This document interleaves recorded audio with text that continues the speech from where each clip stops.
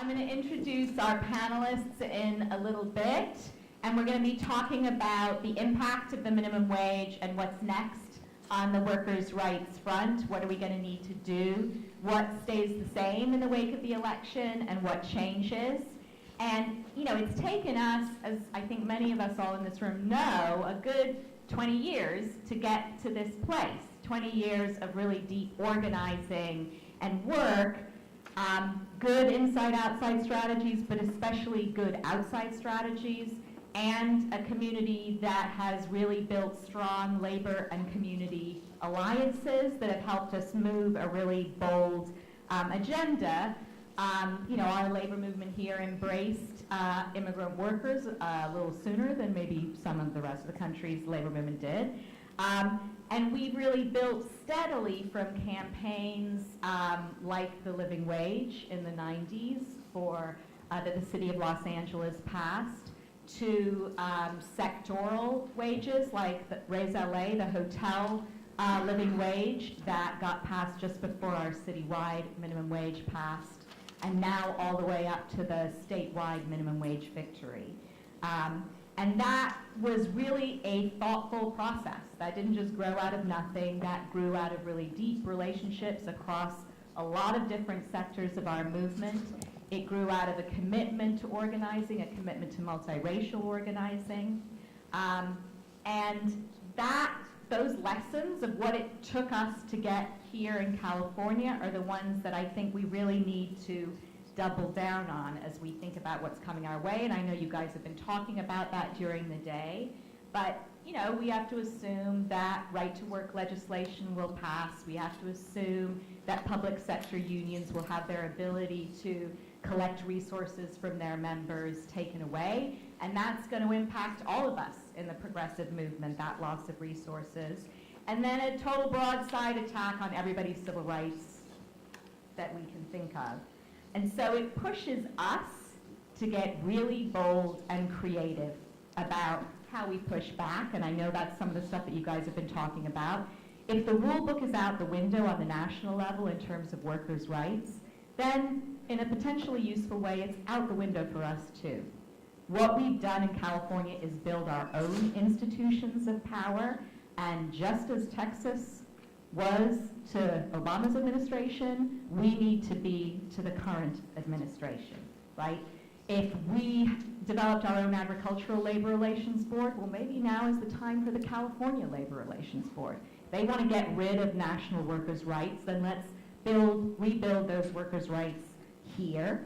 You know, if we want to think about defending sanctuary cities, you know, Maria Elena Durazo has thrown out the idea of sanctuary workplaces, right? How do we push employers to take the steps they need to take to defend workers and ensure not only that we are enforcing existing labor law, but really expanding the right to organize on every level. So I'm going to introduce our panel, and we want to try and make this interactive. I know it's the end of our day together, and so I really want to encourage you guys to think of this as a shared panel. What have we done so far? What's the importance of this victory? How are we going to enforce it? And what's next? How can we be as bold and creative and aggressive in our resistance strategies as possible? So I'm going to introduce our panel. I want directly to my left, Julie Su, our amazing state labor commissioner. She's the reason why I'm thinking about a new California Labor Relations Board. If you can't be our national labor secretary, then let's expand what you can do in California. Alberto Rotana, who is the executive director of the Community Coalition in South Los Angeles, anchoring so much of the community organizing and civic engagement work that's really helped to move our region forward. Abel Valenzuela, who is running the UCLA Institute on Research on Labor and Employment. Got IRLE right. And finally, Patrick, who you all know from Employment Roundtable, from the Economic Roundtable, who's going to be talking to us about the facts and the figures, how minimum wage is and has impacted us in a positive way. And we're going to start with Patrick. Then I'm going to ask Julie Su to talk about all of the enforcement strategies, and in particular the amazing work that I know we've been able to do with her at the port and that's happened in other sectors of the economy to leverage enforcement for worker organizing and building new power, and have Abel and Alberto take us forward into what does this mean next, what are the opportunities, where do we go from here?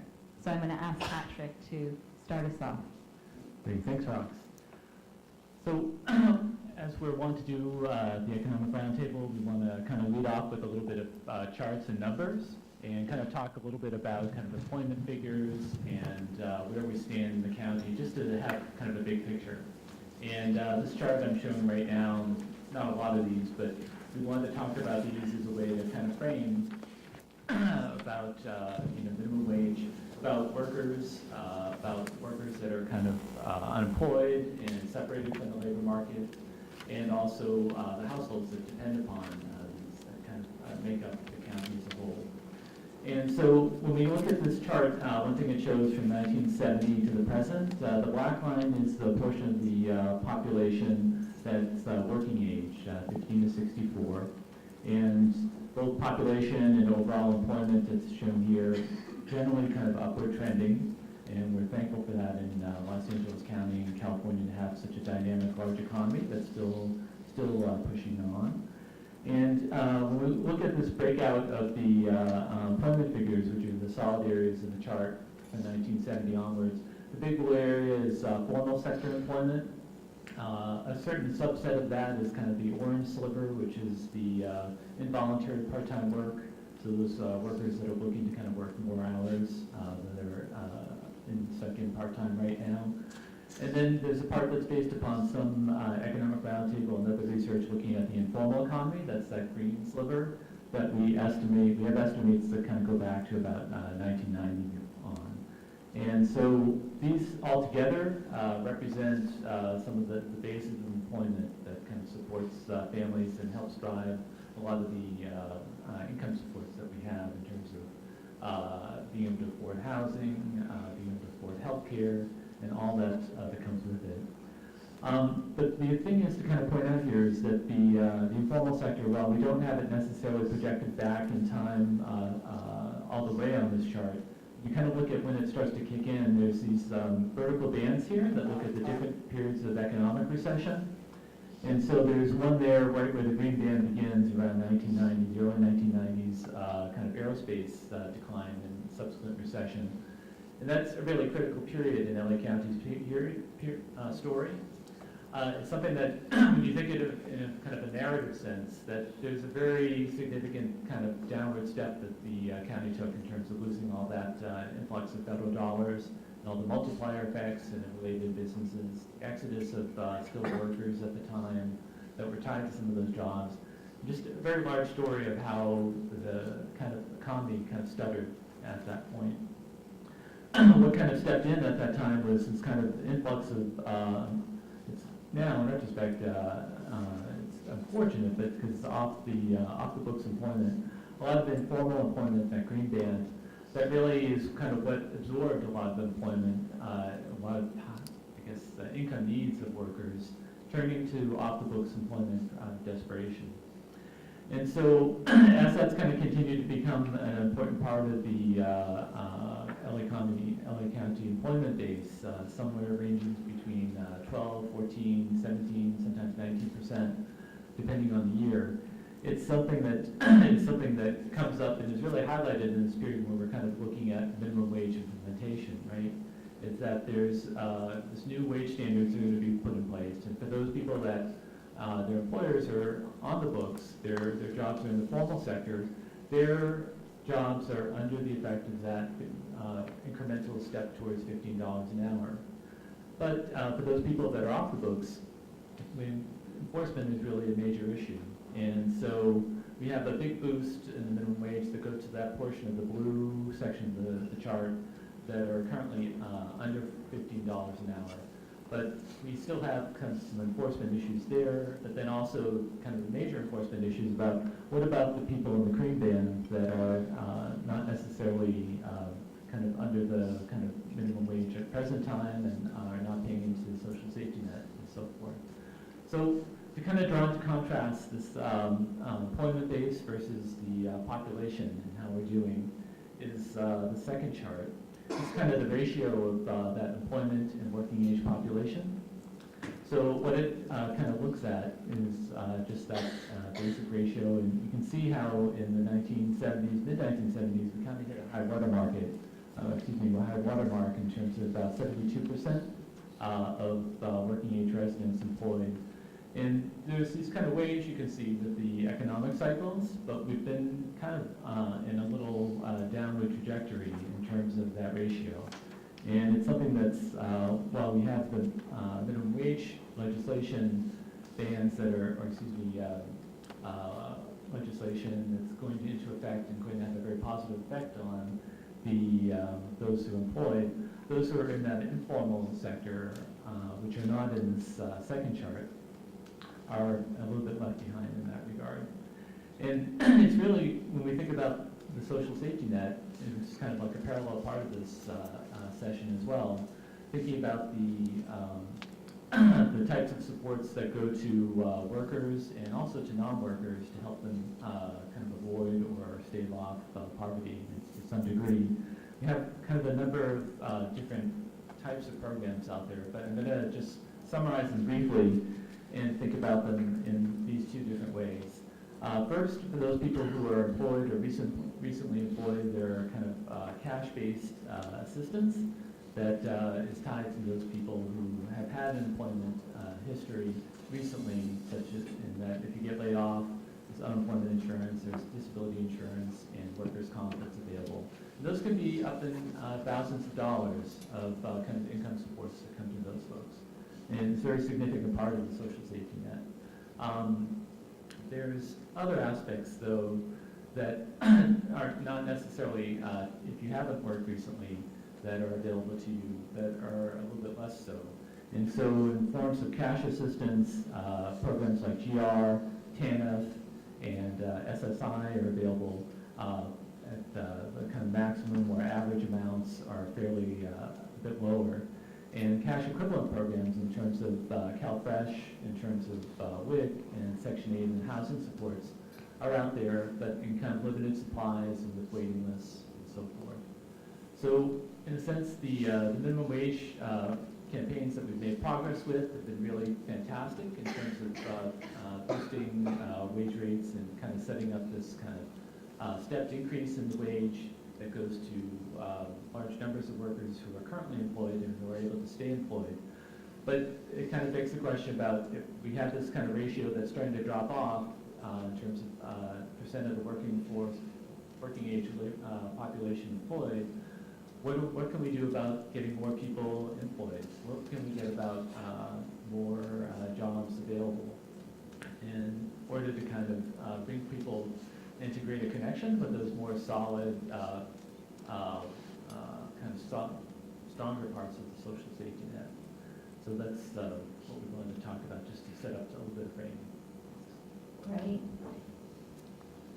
Thank you, Patrick. And I really wanted to take a moment to thank the Economic Roundtable at a time in which facts are optional. And I really do appreciate that we have such a significant organization that not only does the research and backs it up, aggressively and accurately, but really links the research to activism and change results. And so I really feel like that your work is more important than ever. So I'm going to try to tie some of Patrick's points to where we are today in California based on what I see as the labor commissioner. Basically, my office is the labor law enforcement agency throughout California, and we have the statutory right to enter any workplace, conduct an investigation, cite employers who have not paid proper wages, as well as we have wage claims, about 35,000 wage claims a year that are filed in one of my 18 offices across the state, and our job is to make sure that workers who come to us whose wages aren't paid get them paid. And so, despite the national landscape, as both Roxana and Patrick mentioned, there are things to celebrate in California. And the victories that we've had are actually some of the things that we've won. I will say when I started my job in 2011, the idea partly more broadly, but definitely in government, that we could have a $15 minimum wage in California was impossible. People thought it was impossible, right? We did a slight minimum wage increase at the very beginning of Governor Brown's tenure, but it was an impossibility. And that really is, that achievement is really a testament to the power of organizing, right? It was not led by legislators. It was led by people taking to the street, raising awareness, and getting local leadership and city and county entities to start a movement, and it turned something that was impossible into an inevitability. And that, I think, is something that we should remind ourselves of in these really difficult times. In addition, at the local, county and city levels, what we're talking about when we talk about minimum wage increases is not just wages, but all kinds of other benefits attended to that go beyond state and way beyond federal standards, right? Like paid sick leave, talking about family leave, talking about scheduling requirements. LA City just passed the bandbox, right? So there are other kinds of advantages that are coming from the movement toward higher wages that are good for working people. But oftentimes, we think about those policy wins as the finish line, right? People put a lot of energy into fighting for those policy victories, when in fact, the policy win is not the finish line, right? If we take the race analogy, the policy win, it may move the starting line a little bit closer to the finish line, but the race still has to be run. And that race comes down to enforcement. Are we enforcing the good policies that we pass? So to throw some statistics into this too, nationally, by various studies, $50 billion is stolen from workers per year in flat-out wage theft. If you just look at California, right, the Department of Labor did a study in 2014 finding that 1 in 10 California workers works for less than the state minimum wage. That's a staggering amount of wage theft at what is many of us would consider a poverty level wage. This is before all the minimum wage increases. That same study found that the minimum wage in California is violated 372,000 times per week. A 2010 study, again, before all of these increases went into place, found that in LA County alone, $26.2 million is stolen from frontline workers in the county alone per week. So I remind myself of that data on a regular basis so that we don't get too complacent with any of the victories and the progress that we've made, because it reminds us of how far we have to go.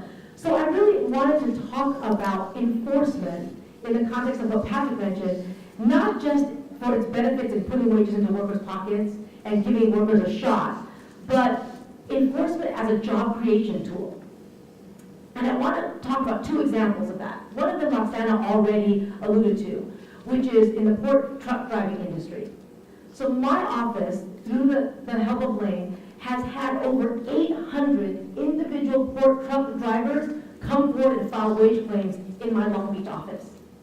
Over 800 individual claims for wages. And these are drivers who 15 years ago, 20 years, they were considered employees, and they no longer are. So they're coming forward and saying, we're paying for our trucks, we're paying for the gas, we're paying for our insurance, we're paying all of the expenses of our jobs, and we are, and basically we're working, sometimes we're paid to work, but we're working for less than proper minimum wages. And so those are misclassification cases. And in over 300 decisions, we have found that those workers are misclassified employees. And so when I talk about enforcement as a job creation tool, the idea is that when you take work that people are doing and you actually properly call them what they are, you've now created employee status along with the protections that come with that, right? I mean, a century of our labor laws are premised on the employer-employee relationship. The loss of that has been really devastating for the security of working people. So in that industry, the leadership of Lane, again, has been really invaluable, but we have used enforcement to bring workers from the basically informal economy into the more formal economy, and the benefits that come with that. Some of those companies have actually now negotiated contracts and become union employers. The second example I want to give is in the janitorial industry. So this is, like this classification, the issues in this industry are not unique to the industry, but they're about subcontracting, right? Companies who used to hire their own janitors no longer do that. they use contractors, who use subcontractors, who get smaller and smaller, who hire the workers. And it creates a really destabilized situation in which the workers work for one small entity who is easy, that they can open and close pretty easily, and ultimately, even if workers win their wages, they're not going to be able to collect from that entity, right? And what we have done is done a strategic approach alongside the Maintenance Cooperation Trust Fund, led by Lily Garcia Brower, to try to not just go after the contractors, but to go after the building owners who are hiring multiple different contractors. And we have the support of many legitimate contractors in that industry who are saying that we can't compete either, right? So we have to understand that all of these issues, obviously not just, good enforcement is not just good for workers, it's good for the honest employers who can't compete on the unlevel playing field. And so in that industry alone, in just our work with NCTF, one example of a case that we did involved a building owner. We did an investigation, we did enforcement, we forced the building owner essentially to cut contracts in 8 of its stores with an illegitimate contractor and hire a union contractor. And over the course of our work over the last 5 years, we've actually supported or created or saved 6,000 jobs in the janitorial industry alone through enforcement by getting bad contractors out of the chain and bringing in good contractors with good jobs.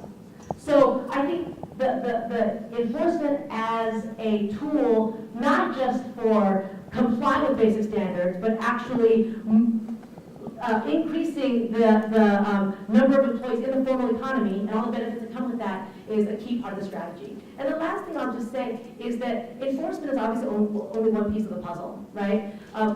Ultimately, what we need to do is build the power of workers to be able to enforce their rights on their own. And so the question for an enforcement agency like mine is, what is it that we can do through our enforcement efforts to support organizing efforts that ultimately build worker power? And there have been some really exciting changes in California that help to support that. For example, legislatively, there are now some requirements that employers have to comply with, like registering with the state of California, getting a license from my office to operate, and posting a bond in case you end up owing wages. But that legislation also says that you can be exempt from that bond requirement if you have a collective bargaining agreement. So try to find creative ways to, again, support good jobs, right? Because as we talk about job creation, we really have to talk about what kind of jobs. What are we looking at when we talk about jobs? And so trying to figure out how our enforcement effort can support the organizing efforts and really support the idea of up-the-chain liability, those are all really key questions that we ask ourselves quite a bit. We work on trying to build power through the legislature, but we also work on trying to support organizing campaigns that build power. And Roxanne's point about sanctuary cities, I just want to say, I think for those of us here who care about all this work, it's important to think not just about sanctuary cities, not just about sanctuary workplaces, but also what we mean by sanctuary. Most of the time what we talk about is sanctuary from immigration enforcement. But to really be proactive against what is happening in this country, I think we should think about sanctuary from other things, right? Sanctuary from poverty, sanctuary from declining wages, sanctuary from exploitation, racism, sanctuary from all of the other ills that attend us. And as we think about building a sanctuary state, we should think about a broader view of sanctuary. Right on. If you don't mind, and as I'm sure you have points, I want to ask you a couple of questions. One, about kind of the role of research in moving this agenda. Two, about how California can be a model, a proving ground for other places in the country, and of course, other brilliant points that you will make. Sure, and thank you for those questions. They're very consistent with 3 points that I want to lead you all. And the first has already been made, but I think it's really, really important. Passing minimum wage was huge, huge. Perhaps the largest thing that we've done in the state of California with regards to poverty reduction. You can add up the numbers on your own. It's a game changer. Now, it wasn't done overnight, and we really need to think about the wonderful work that many people in this room were a part of to make it happen. I think people that were surprised about the ease of it getting through really didn't know the history, right? Those of us who do know the history, it was more not so much an ease, but a good pat on the back and a recognition that there now exists an infrastructure in California, in Los Angeles, in Northern California, that we need to re-tap as we move forward, which leads me to my next 2 points. But before I move from minimum wage in a California-specific way, we need to really think about the tipped minimum wage, which we don't pay attention to in California because we have great legislation over minimum wage. But in many other parts of the country, the tipped minimum wage is a big issue, and of course there are lots of efforts to eradicate that. I'm involved with some work in that regard. Now to my 2 other points. So with regards to the minimum wage, I think a really important thing that we have to pay attention to is what I suppose Marx called crafty capitalists, right? This idea that people, businesses are going to start adjusting and reacting to this mandate, to this law. And so we're beginning to see, for example, interesting scheduling strategies, right? Where you hire lots of young folks and give them ridiculous hours that make no sense to anybody other than the employer. Limited hours, wage theft. I think these are all really important issues that we're going to have to double down and think about as minimum wage really starts to settle in and we begin to see what I think will be the really wonderful opportunity, but there's going to be lots of efforts to skirt that. Emerging areas that we might pay attention to both in terms of research, but really what we can do around the table on the model of minimum wage that is so important to think about in terms of replication. I think there are other things that we might want to start paying attention to so that when we do reactivate, if you will, that infrastructure, we do so in strategic ways. I think we need to be paying attention to the gig economy, in part because so much of it is visible and invisible. And so I think there's going to be lots of interesting patterns and trends with regards to taking advantage of workers. I think we need to invest in research on the impacts of minimum wage in a slightly different context, i.e. to document the really important positive benefits and positive externalities beyond just the earnings that an individual will accrue, but in addition to the impacts on local economies, government coffers, investments, lots of different ways to think about the impact of minimum wage. We should be at the front because the idea is simple, to increase, to go beyond $15 an hour, obviously. And then finally, I think we need to be really, really concerned about, obviously, the next Supreme Court appointee and what that means to union density in government work. It's going to be a completely different game changer altogether. And there have been some conversations about thinking of alternative union memberships, right? So that we still think of some type of a collective entity that's out there. I think that has to be a part of any collective, if you will, efforts in this room as we think about reactions in a Trump era. Great, and Alberto, I'll ask you to both talk to us about the campaign, the organizing, and what's next. Sure. Good afternoon. Good afternoon. I also have to just take a moment to thank, recognize Economic Roundtable and obviously Patrick, years ago sitting in Provincial Alliance meetings, to Daniel Fleming, who when I first met at 23 years old, coming out of UCLA and a state that had passed numerous initiatives that were aligned with Trumpism today, to look towards white progressives like Daniel Fleming that were building the data and the coalitions gave me an important pause to think about the kind of power we need to build that we've been building in California. And so I just want to recognize, as we struggle with race, that there are moments of opportunity and hope, and you're one of them. So thank you for that. It's really important too because obviously it's 25 years, but 28 17, it represents 25 years of another silver anniversary, a very troubling time in Los Angeles, the LA uprising, the unrest that took place in the streets, not just in South Central. Certainly a lot of happened in South Central, but we seem to forget that it was a place that took lots of parts of the city, and that it was a rainbow coalition of an unrest. It wasn't just black folks, a lot of brown folks, white folks actually protesting, looting, rioting, upheaving, whatever you want to call it. But I want to revisit that because I think, to me, that's a huge opportunity for us in Los Angeles to take advantage of the 25th anniversary to remember what the causes were, what has come out of it, and what's still left to do. And a lot of the causes that Trump was talking about in the Midwest, firing up white workers, was a lot of something that we were dealing with in South LA 25 years ago when the industry left us. Much like Roger Moore talked about in Mac and Me, that's the Alien movie. Watching Conan O'Brien, there's that scene where he always plays Mac and Me with that one actor. Anyway, Roger and Me, right, in Flint.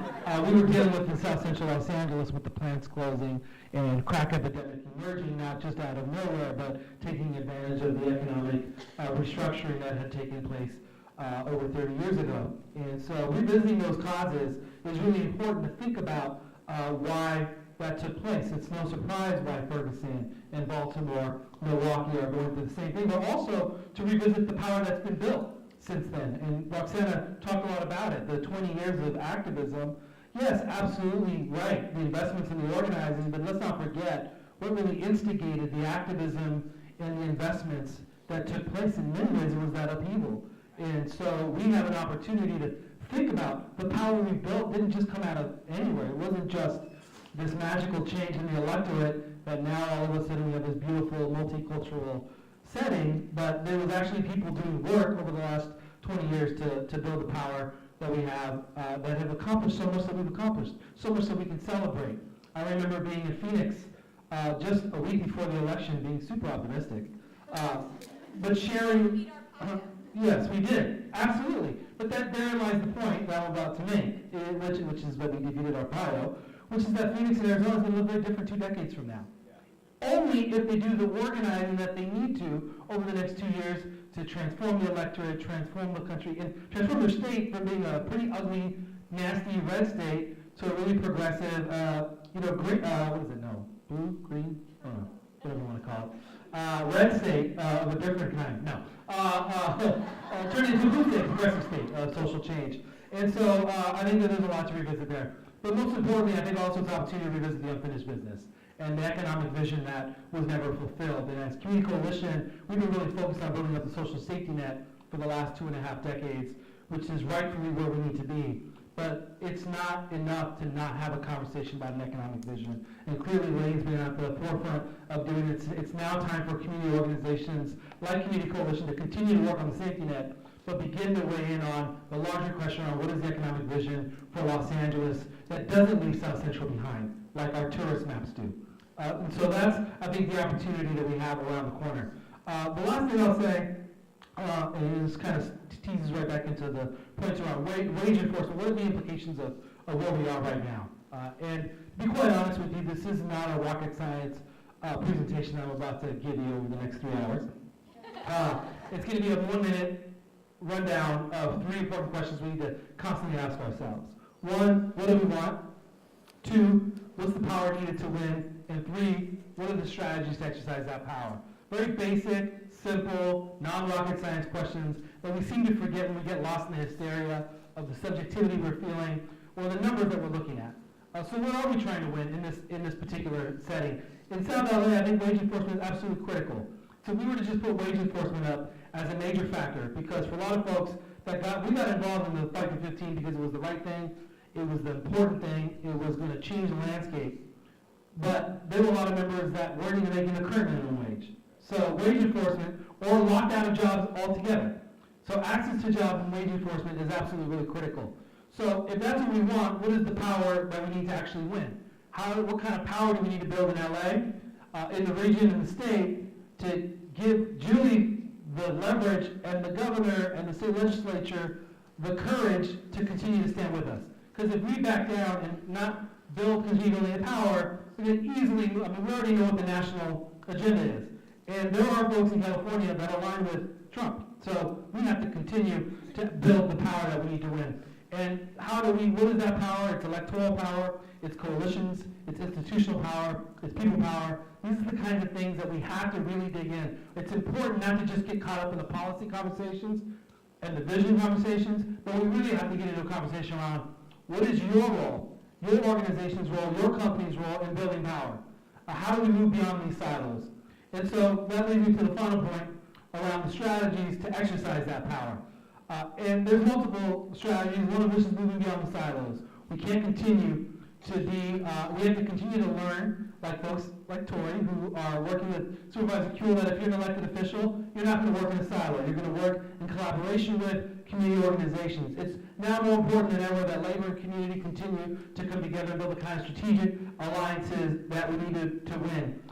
Think tanks and policy roundtables absolutely need to be a part of the equation. So as you do your reflections this year going into the new year, and as your organizations develop New Year's resolutions, I think one important question you have to ask yourselves, we all have to ask ourselves this period, is what do our strategic alliances look like next year? How do we amp them up? How do we build them up? How do we strengthen them? The power we need to ensure that wage enforcement takes place and we fulfill the economic visions of the 25th anniversary that have yet to be fulfilled. How do we continue to build the electoral power? So supporting institutions and organizations, coalitions like California Calls, which is convened by, we heard about earlier this morning from Veronica, convened by Anthony Thigpen. A lot of us are a part of that. How do we ensure that we continue to build the electorate statewide so we don't allow demography to be the answer, but that we have the power to actually change and actualize what the governor's race is going to look like in 2018? Because that is a very real opportunity for us. And if we don't really begin preparing now, we're going to be caught up and be responding to all what the electeds wanted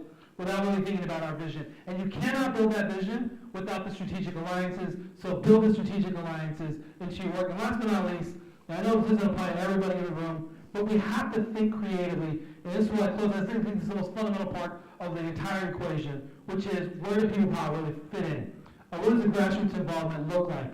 If we have tons of people, allegedly, that on November 9th became activists, right? That's the theory. That November 9th, a bunch of people were awakened, right? Because now we have this crazy person and we lost we lost every single structure of government. Okay, great. But that's not going to mean anything if there isn't a vehicle for them to get involved. And so those strategic alliances give community coalition the capacity and the accountability on some level to grow as many vehicles and on-ramps as we can to get more and more people involved the 364 days out of the year that's not election day that makes our vote really matter. So that's where I'd like to end with, and thank you for having me here. Thank you.